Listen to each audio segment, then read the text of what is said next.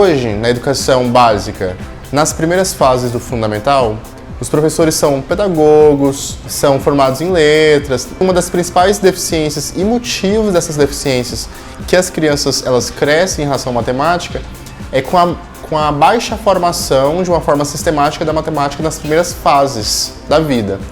Então a minha entrada na Escola Aldeia foi para tentar remediar essa situação.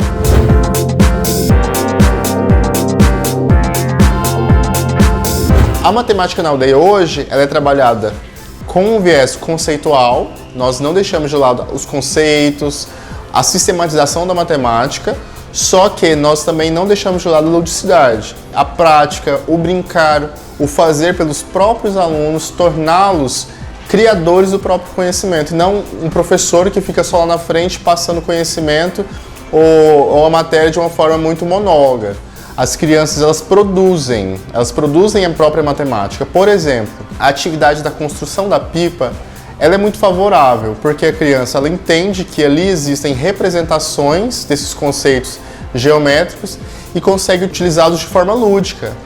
A gente usou retas, a gente usou pontos, nós formamos um plano. São atividades que fortalecem o ensino da matemática de uma forma prática. As crianças conseguem enxergar a utilização da matemática no dia a dia, conseguem enxergar a utilização da matemática no brincar.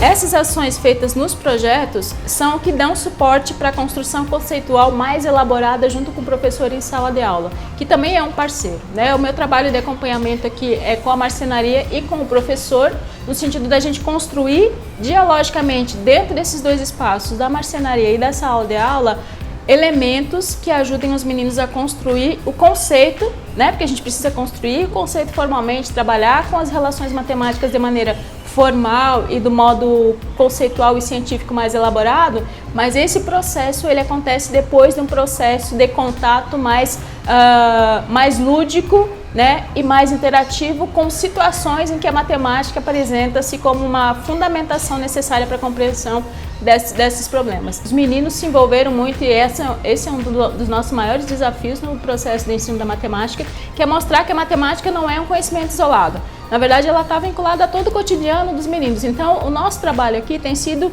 identificar situações vinculadas às outras disciplinas, como meio ambiente, como xadrez, por exemplo, que estão muito vinculados a ideias matemáticas e às vezes os meninos não percebem, e construir esse currículo de maneira mais dialógica e de maneira mais diversificada. No contexto da marcenaria, a gente tem um pouco mais de liberdade com relação a isso, porque a gente vai criando projetos à medida que a gente vai identificando, inclusive, interesses dos estudantes. A gente faz tudo junto, a gente acompanha os grupos, cada grupo tem as suas atividades, e isso principalmente no sentido da gente dar um protagonismo para os meninos no processo de construção do seu próprio conhecimento matemático.